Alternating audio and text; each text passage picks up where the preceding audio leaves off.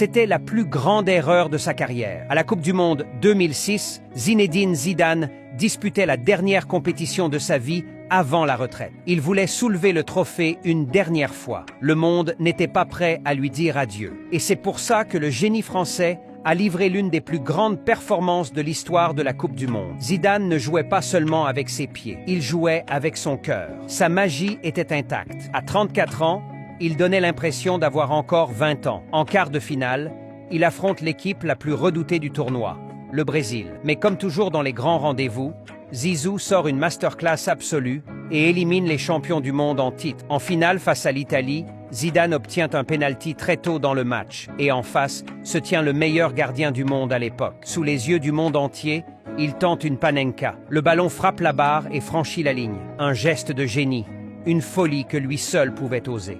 Tout semblait parfait, jusqu'à ce moment fatal. Marco Materazzi le provoque, insulte sa sœur. Zidane perd le contrôle. Fou de rage, il lui assène un coup de tête en pleine poitrine.